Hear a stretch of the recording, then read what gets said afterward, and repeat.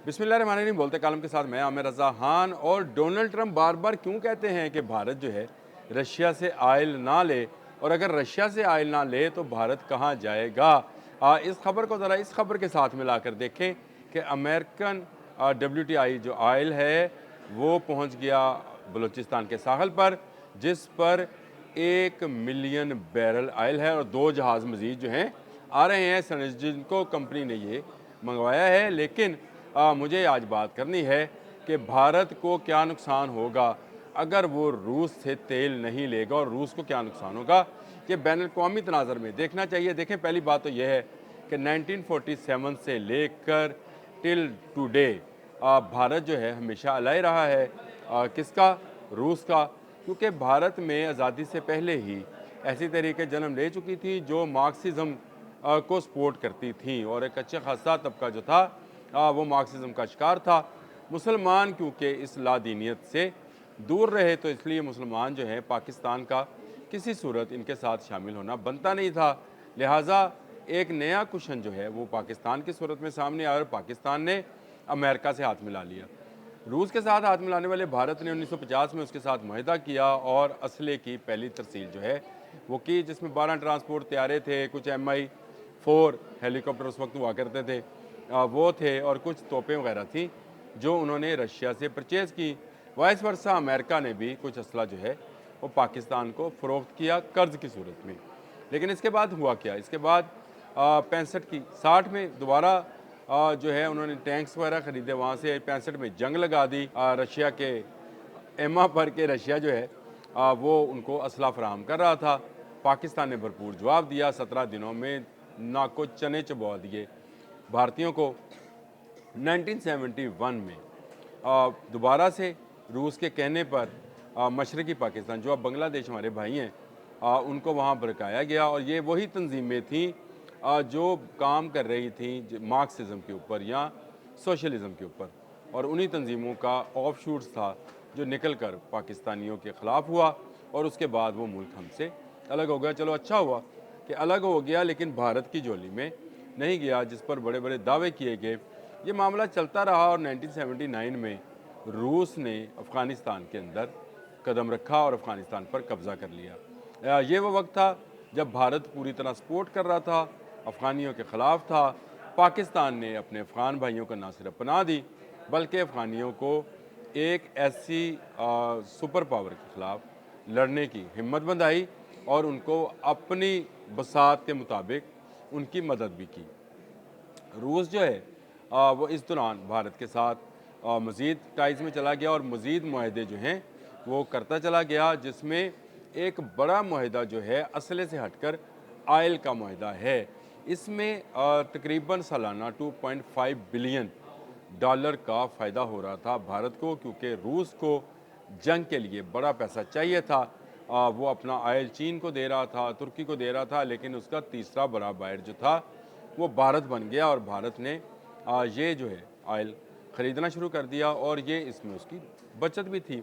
और बड़ी बड़ी कंपनियां जो हैं मार्ज़ वजूद में आ गई, जो रशियन आयल को ना सिर्फ रिफ़ाइन करती थी बल्कि जो है उसको इस्तेमाल करके लाखों करोड़ों डॉलर भी कमा रही थी। ये मामला चलता रहा 2020-21 तक। नई कंपनीज़ आ गई, पुरानी कंपनीज़ बंद हो गई, कुछ सरकारी इदारे बन गए, और इन्होंने रशियन आयल की इंपोर्ट बढ़ा दी, जो कि अरबों डॉलर में आज भी है।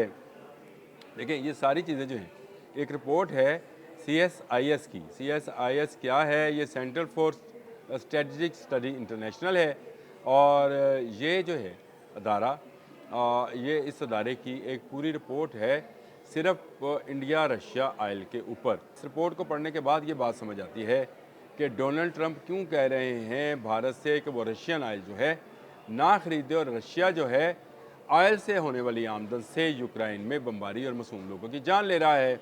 लेकिन मासूम लोगों की जान तो भारत भी ले रहा है, आज से नहीं, पिछले 70 साल से कश्मीर में ही जान ले रहा है लोगों की। इस पर जो है हमेशा आवाज़ हमने उठाई और उठाते रहेंगे।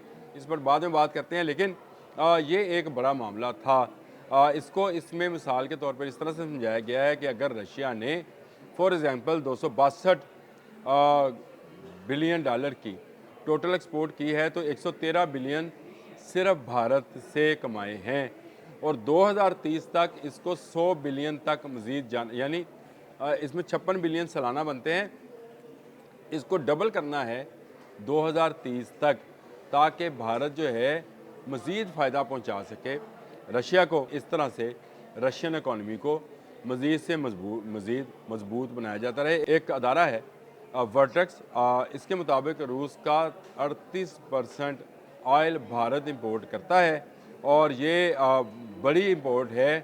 इसके बाद जो है वो सबसे ज़्यादा तो चाइना की है, 84% है, और तुर्की की 37% है, 38% हो गई है रूस की। और इसको 2028 और 2029 में डबल करना है, यानी चीन और तुर्की से भी ज़्यादा ये करना है। ये मामला सारा था क्या और इसमें इतनी गहरी बात क्या थी?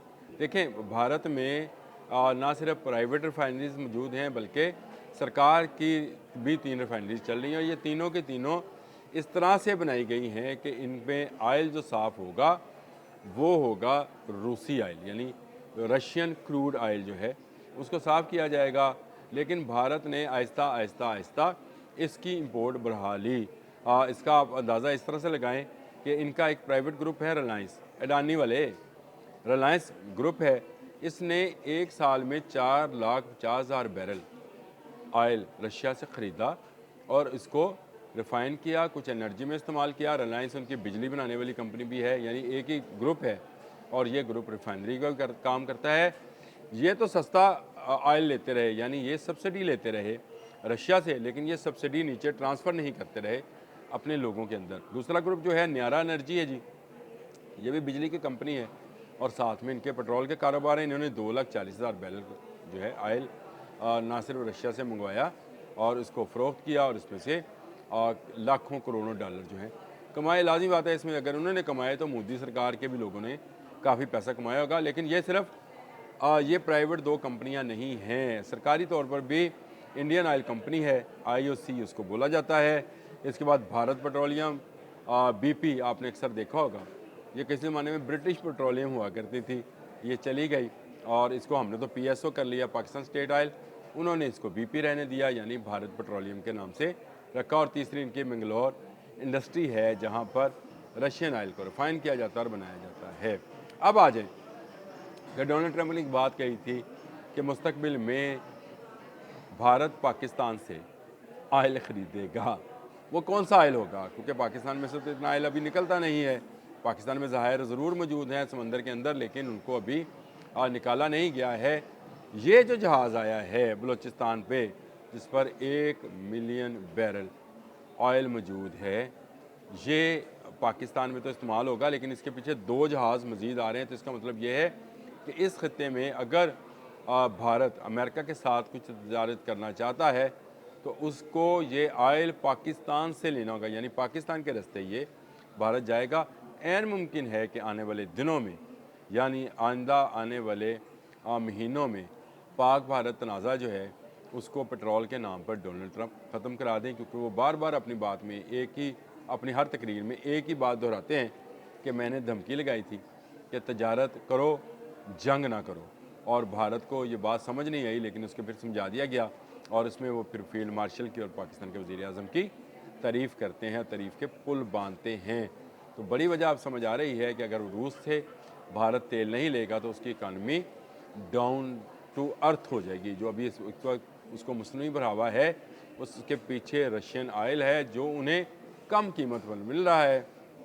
रशिया इस वक्त फंसा हुआ है क्योंकि उसकी गैस और ऑयल की यूरोप में तरसील बंद है, वहाँ पर लेने से इनकार कर दिया गया अमेरिका के कहने पर। अगर अब भारत भी इनकार करता है या इसको बतदरीज कम करता है, एकदम से तो ख़त्म नहीं होगा, अभी बहुत सारी रिफाइनरीज वहाँ लगना बाकी हैं।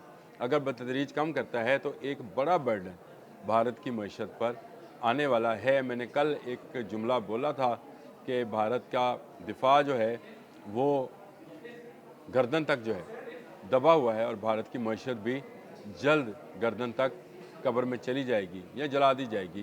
तो ये जलाने जैसा ही है, इसकी मईशत के मुर्दे को जलाने जैसा है कि रशिया से इंपोर्ट बंद कर दी जाए, और ये बहुत जल्द बंद होने वाली है, जिसका अमेरिका बार बार अंदिया दे रहा है। और आने वाले वक्त में आपको नज़र आएगा कि जिन साहलों से गुजर कर रशियन ऑयल भारत जाता है, उन सालों से ये ऑयल गुज़र नहीं पाएगा और भारत की इकॉनमी दिरहाम से नीचे आ गया। अब तक के लिए इतना ही। अल्लाह।